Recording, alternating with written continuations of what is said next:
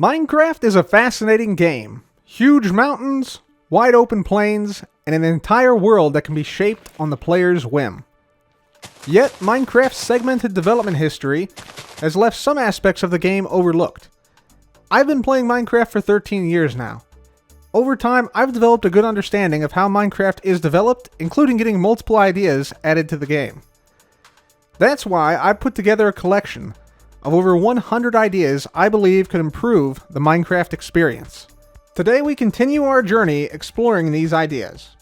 This is the list. Starting off the list today, add mob heads to Ancient City loot. The Ancient City is the biggest and possibly best structure in the entire game. It's eerie, strange, and has a variety of fantastic ruined buildings, structures, and lore behind it, including the biggest, strongest boss mob in the game. So why is the player not incentivized to go there more often? Ask yourself this: how many times do you visit the Ancient City in your Minecraft worlds? For most players, I'm betting that number is not more than 1 or 2 if they visited any at all. Take me, for example. I'm currently making a base made entirely of sculk, and I've cleared out 4 ancient cities total. I probably run into 15 or so while mining, but the incentive isn't there to explore it, and why would any player risk their life in summoning the Warden to get loot they already have? This leaves the biggest structure in the game as a place where players actively avoid. This makes no sense. Why would Mojang not want players to explore these areas whenever they come across it?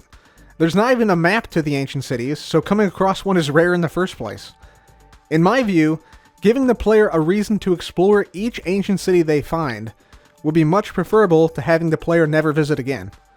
The key is, this reason to revisit cannot be critical to game function or progression. It has to be something that is unique and relatively rare, but players would want to obtain, thus incentivizing them to return frequently. Here is what I propose.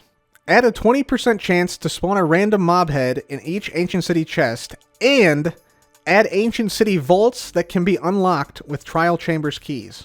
So let's take a look at why mob heads are perfect to add to the Ancient City in this way. Currently, the only mob heads available in vanilla Minecraft are the Dragon Head, Creeper Head, Zombie Head, Skeleton Head, Piglin Head, and Wither Skeleton Head. That's it. Mob heads are items that are purposefully and intentionally rare and difficult to get, but they aren't necessary for progression within the game. They're more of a cool decorative item that allows players to express themselves or convey information aesthetically. The perfect item to put into the Ancient City. Don't believe me? Let's look around the Ancient City. What do we see? Well, there's lots of soul fire burning. There's soul torches placed around in chests. Soul lanterns lighting up some areas. And the Warden has souls literally pulsing within its very chest. But yet, there are no souls to be found. Literally, mobs can't spawn here. It's quiet. Too quiet. Where are the souls? Locked in the skulk. That's why it gives XP and screams when mined. The Warden keeps them all. Where are these souls all stored? Some skeleton heads are found throughout areas in the Ancient City, so why not others in the chests and ancient vaults? It makes perfect sense. A modest amount of mob heads in Ancient City chests would incentivize players to at least entertain the idea of going to the Ancient City again. Given the 20% chance to find a mob head, it's likely you'd pick up a few, but not too many to where you'd get duplicates of ones you may have already found before. There would be well over 100 unique mob heads to collect from the Ancient City, ensuring that if the player chose to, they could explore and find something unique in nearly every city. For me at least, that would go a long way to incentivizing me to explore these places, rather than simply ignore them entirely. I know because on Hermitcraft, we've been using a data pack that adds mob heads for all mobs over the past several years, and I have collected hundreds of mob heads many times over.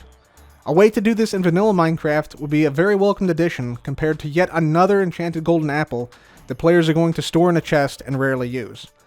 But wait, there's more. Imagine if Mojang added a dozen or so ancient vaults to the ancient cities. These ancient vaults would give a random mob head 100% of the time, but activating the vault also automatically summons an angry warden.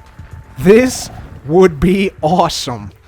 It would allow all players to get some mob heads, even if all the chests in the ancient city were looted already.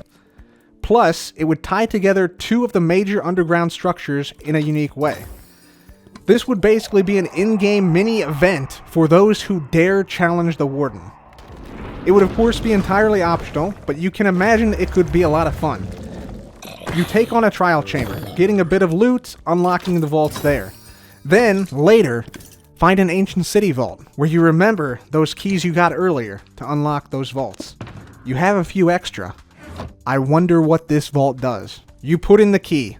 A mob head you've never seen before pops out. A moment of jubilation right before the angry Warden pops out of the ground to try to kill you.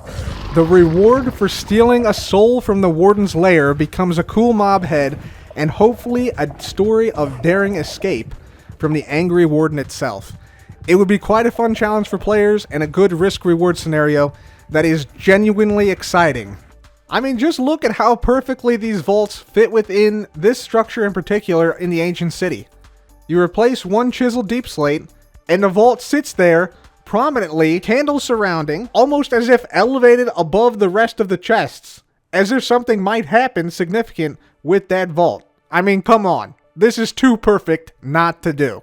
Make the bottle of Enchanting into a splash potion texture. The bottle is meant to be thrown on the ground, but its texture is that of a drinkable potion. Change the texture to be more like throwable splash potions to show this. Campfires should prevent snow accumulation within 8 blocks. Currently, you can only prevent snowfall with light levels of 12 or higher, meaning you need a torch every 4 blocks to prevent snowfall from accumulating in snowy biomes. This is crazy! In fact, no block in Minecraft prevents snowfall from more than 3 blocks away. You gotta ask, why is snow stronger than mobs? It's important to understand that this idea would not alter the light level at which snow melts, for any light source, including campfires. This is to allow players to create lit up areas with snow if they want. This purely prevents snow reaccumulation on areas that are clear of snow already, but where snow could fall. This would be extremely useful, as anyone who has ever built in a snowy biome or accidentally made their base on a mountain where it snows can attest to. I've chosen campfires here as the block to prevent snow accumulating because they have historically been a source of warmth in the real world and media, but other blocks could also make sense. Regardless of if it's campfires or not, there should be some way added to prevent unnecessary snowfall where it's not wanted. The current methods of putting glass high in the sky or covering every block with string or slabs is just not a good solution. This next idea is to add useful arrow types. Now there's quite a few arrow types here, so we're just going to go through them in quick succession. These could be for the fletching table or as standalone arrow types. First up we have gold arrows, which fly further through the air with less of an arc compared to normal arrows. This means they can also shoot further. Next up, iron arrows. The iron arrow would have a straight up damage increase of half a heart over traditional arrows. Then we have diamond arrows, which have another straight up damage increase, which would be 1 heart over normal arrow damage. Then we have redstone arrows, which give off a redstone signal whenever they hit the ground. This is more for redstone applications than for combat. Then we have torch arrows, which are just arrows plus torches. These are used to place torches on distant surfaces. They would place a torch on the block they land on, and the arrow would stay stuck in the ground as a normal arrow that can be picked up. A grappling arrow would be an arrow plus a string, lead, or future rope item, which can attach itself to a surface and the player would automatically be pulled toward the anchor point. Then we have ender arrows, which are arrows plus ender pearls, which teleports the player where it lands. Basically, this is an upgraded ender pearl that can be shot further. However, do note that even with this, you still don't shoot the ender pearl as far as you can with tridents. Next we have cobweb arrows, which are just arrows plus cobwebs. The arrow strikes the block and places a cobweb. The arrow remains stuck in the block as a normal arrow. This would be good for PvP to trap players and to put cobwebs into hard to reach areas of builds. Then the bouncing arrow, which are arrows plus slime ball. Instead of plugging into the ground upon impact, the bouncing arrow instead bounces slightly lower than the original shot but with the same forward momentum. If it hits a wall, it reflects off the wall at the same angle of incidence in the opposite direction. Think of it basically like a bouncy ball. This continues a few times until it reaches 6 total bounces, where it finally sticks into the ground as a normal arrow. Prismatic arrows. An arrow plus prismarine shards. The prismatic arrow is not as arrested as a typical arrow when traveling through water, so that the bow can more effectively be shot underwater. And finally, the echo arrow. The echo arrows will be created by combining echo shards and arrows, and it would work the same as normal arrows with respect to trajectory, but when an echo arrow lands or hits a mob, a vibration is sent out from the point the arrow lands. The vibration then causes all mobs and entities within an 8-block radius of where the arrow lands or hits the mob to glow for 10 seconds, thus allowing the player to see the outline of mobs and also other players who could be hiding nearby. Glistering Melon should be edible. It should also give you half a heart of health instantly when eaten. This makes sense as it's already in the game, and the recipe is literally the same as the golden carrot recipe, but for some reason the melon can't be eaten. Plus, the potion that Glistering Melon makes is instant health, which gives 4 hearts of health instantly. It's almost like this idea is just sort of sitting there, waiting to be dusted off the shelf from 2011. Come on, Mojang, make it happen. Alter the Mending Enchantment so that mending prevents tools from breaking, but you must use an anvil and materials to repair the tool itself. I realize that this is a drastic change to mending, but hear me out. Mending as it currently stands makes enchanting and mineral gathering post-mending obsolete. I think that mending would be far better utilized and players' time in-game more respected if instead of repairing the tool with XP, mending would prevent the tool from breaking entirely, thus allowing the tool to be repaired. The player still gets a tremendous benefit. Your tools can no longer break if you have mending. How many times have you had a netherite or diamond tool break in your hand despite having mending on it? It's the saddest, most negative experience you can have because your tool is now gone and you can never get it back. This change eliminates this possibility. In exchange, when your tool reaches 1 durability, it ceases to function. This is exactly how mending works with the elytra already. However, instead of allowing XP to then repair your tool, you now need the material that your tool is made of to repair it. This will be done via the anvil. 1 tool plus 1 mineral plus 1 XP level would be enough to repair any tool completely. Iron would repair iron, diamond would repair diamond, and netherite scraps would repair netherite tools. In addition, the repair penalty would not increase on your tool based on the number of times it was repaired. That means you can repair your tool indefinitely if you have 1 mineral and 1 level to spare. Let's take an example. Let's say you have a Unbreaking 3, Efficiency 5, Fortune 3 Mending Pickaxe. You use this pickaxe all the time while mining, and eventually you wear it down. What happens now versus in my proposed idea? There are 3 things that can happen given the current state of mending. Option 1. Your pickaxe straight up breaks and you lose it forever. You then have to craft a new pickaxe costing 3 diamonds and spend a significant number of levels re-enchanting your tool. This includes trading with villagers for books because you can't get mending from the enchanting table, and spending about 30 levels to enchant your gear again. This also means you are spending time in an XP farm, such as an Enderman farm or a Guardian farm, Dungeon farm, to get XP quickly and replace all that XP that you lost from the anvil, enchanting, and the enchanting table. Or, option 2, you catch your pickaxe about to break and decide to go repair it. You spend at least 5 minutes getting to the XP farm, then another 1 to 20 minutes mindlessly slaying mobs, again, likely Enderman farm, Guardian farm, Dungeon farm, to get the XP needed to repair it. Then you need to travel back to where you were to continue doing whatever it was you actually want to be doing in Minecraft. Scenario 3 involves you primarily mining for resources like redstone and diamonds that give XP, and your pickaxe repairs itself via mending. This method requires no setup, and assuming you have Unbreaking 3, you won't need to travel to an XP farm ever to repair. It's worth noting that this scenario only happens with pickaxes, bows, and swords. It doesn't happen for axes, shovels, and other tools. My proposed Mending Enchantment would work as follows. The player exhausts their tool so it hits 1 durability. The tool ceases to function at this point, and they realize the tool is out of durability. But because it has mending on it, it can't break. They can now repair it with a mineral. So they get out an anvil. They remove the mineral from their ender chest, and with 1 XP level, they fix their tool back up to 100% durability on the spot. There's no travel needed, no mob farm to spend hours setting up, and most importantly, the player spends more time doing what they wish to be doing, rather than re-enchanting, setting up a mob farm, or traveling to the mob farm, or slaying mobs mindlessly at said mob farm. To be clear here, any tool can be repaired with 1 mineral and 1 XP with this proposed change. The mending change just makes it so your tools never break, ever. Instead, they just stop functioning until you repair it. That's the proposal here. So let's go through and now compare my mending proposal to the other scenarios that are currently in the game. So first of all, scenario 1.